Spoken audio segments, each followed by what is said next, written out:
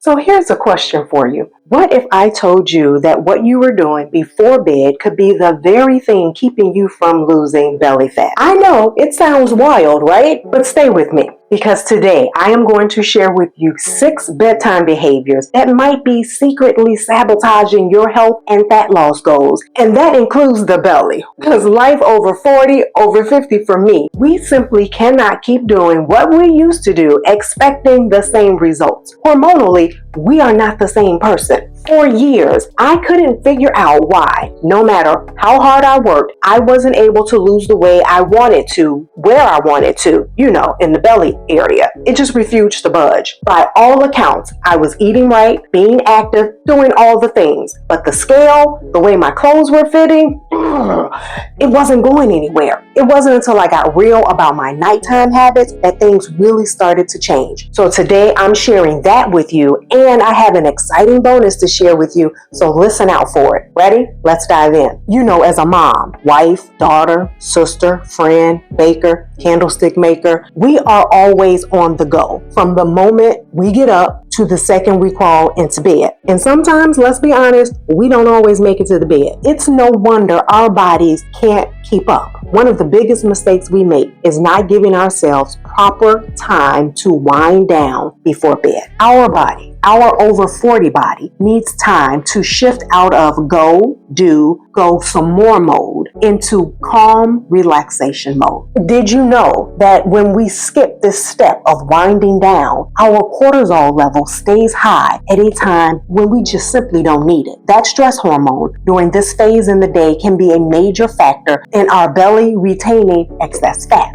To support our body's willingness to loosen its grip on some of the excess fat stores, I had to start reminding myself that winding down is a signal to my body that it's okay to rest, to get out of fight and flight mode and lower my cortisol levels. Winding down is a powerful, simple way for us to tell our bodies that we're safe and it can finally let go, literally. Keeping in mind that you and I, we're very similar, so relaxing doesn't come easy for us, right? Take a moment and think about a fire drill, the kind we had back in school. We practice stop, drop, and roll for safety. For tonight, set an alert reminder. When that alert goes off, that is your signal to stop whatever you are doing or on your way to doing. Drop into a relaxing, no-fuss activity. I rotate between reading one of several books on my must-read list, take a warm bath, or do some deep breathing because I tend to hold my breath so much during the day. So if you're facing health challenges and still struggling with your weight and you're not being intentional in this area, which leads me to the next ill-advised bedtime behavior, sleep consistency.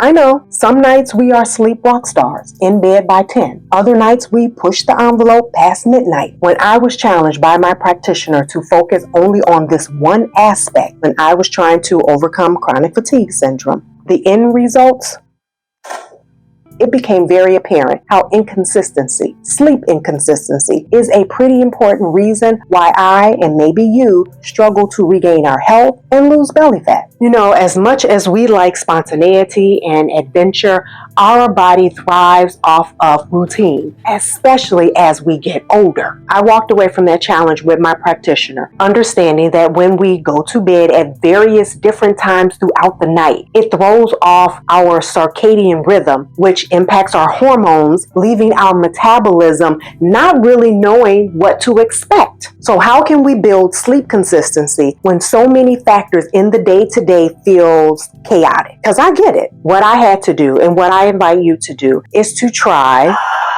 going to bed and waking up at the same time every day. That includes the weekends. Now, you don't have to be neurotic with it. Have a time range fairly near to the optimal time, give or take 15 to 30 minutes. And as the days progress, I want you to be on the lookout for signs that your hormones are feeling more regulated. That would be your mood is better, your cravings have lessened, and your appetite is consistent. Not too ravenous, yet not too low. From week to week, notice any body changes. Don't step on the scale though. I took weekly photos and I used a tape measure, the old-fashioned kind, to measure body fat, not necessarily necessarily wait, because you know there's a difference. It would be reckless of me not to mention the dangers of overlooking, ignoring, and being unwilling to explore the possibilities of undiagnosed sleep disorders. If you are doing all the right things and still struggling with your weight, to lose belly fat, heck, to just feel rested, it might be time for you to talk to your doctor. I did, and it was the best decision ever. Sleep apnea, chronic inflammation, and having a funky gut, among a few other conditions, are more common than we think and can prevent our bodies from getting the deep restorative sleep it needs. Without that deep sleep, our body will hold on to fat, especially around the belly. Now, if I'm not liking the way my stomach is looking or feeling, and I've slipped into some unsupportive habits, getting my sleep habits back on track is typically the first place I start. 7 to 9 hours of deep sleep is not just therapeutic, it's medically backed.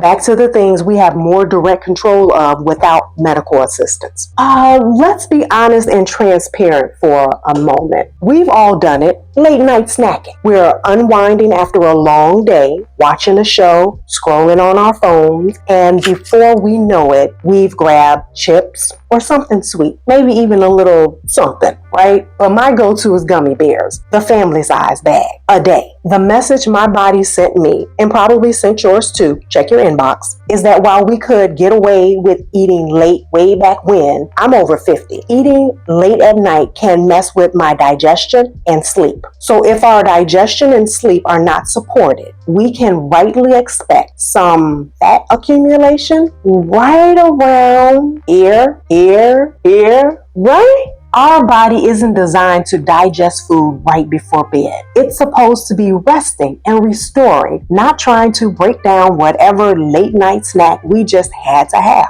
To help with my 70-pound weight loss journey, more days than not, I have my last meal 2 to 3 hours before lying down to sleep. Now, sometimes these peri and postmenopausal hormones of ours can decide to take our blood sugar levels on an unsanctioned ride. When that happens, I might grab just a handful, a palm size, right here, and that's about 1/4 cup of nuts with a cup of herbal tea. Now, this one you might not think about often, the seasons. I am fascinated with the science of Ayurveda and the health I've gotten from using it. Ayurveda is the science of medicine that believes how we eat, sleep, and live shifts with the seasons. Here's why that matters for you, for me. Ignoring these changes compounded the struggles I was having with my health to get my waistline to be within the range of 35 inches and below in a healthy and sustainable way, mind you. Here's what I learned and practice as much as possible. As we enter the cooler months here in the Midwest, that's October through April, May-ish, our bodies naturally slow down. If we are pushing ourselves the same way we did in the summer, going to cookouts,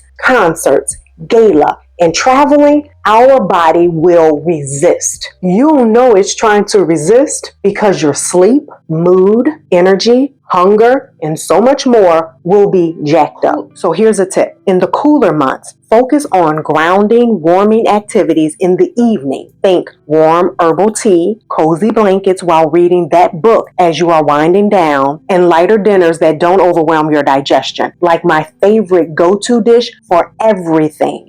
Oh wait, here's the bonus. I will be hosting a 7-day Better Bedtime Habits Challenge that will help you to adopt healthier bedtime habits with simple, actionable steps that will improve your sleep to support the body and belly you want. Those will be posted here for the next 7 days. You don't want to miss them.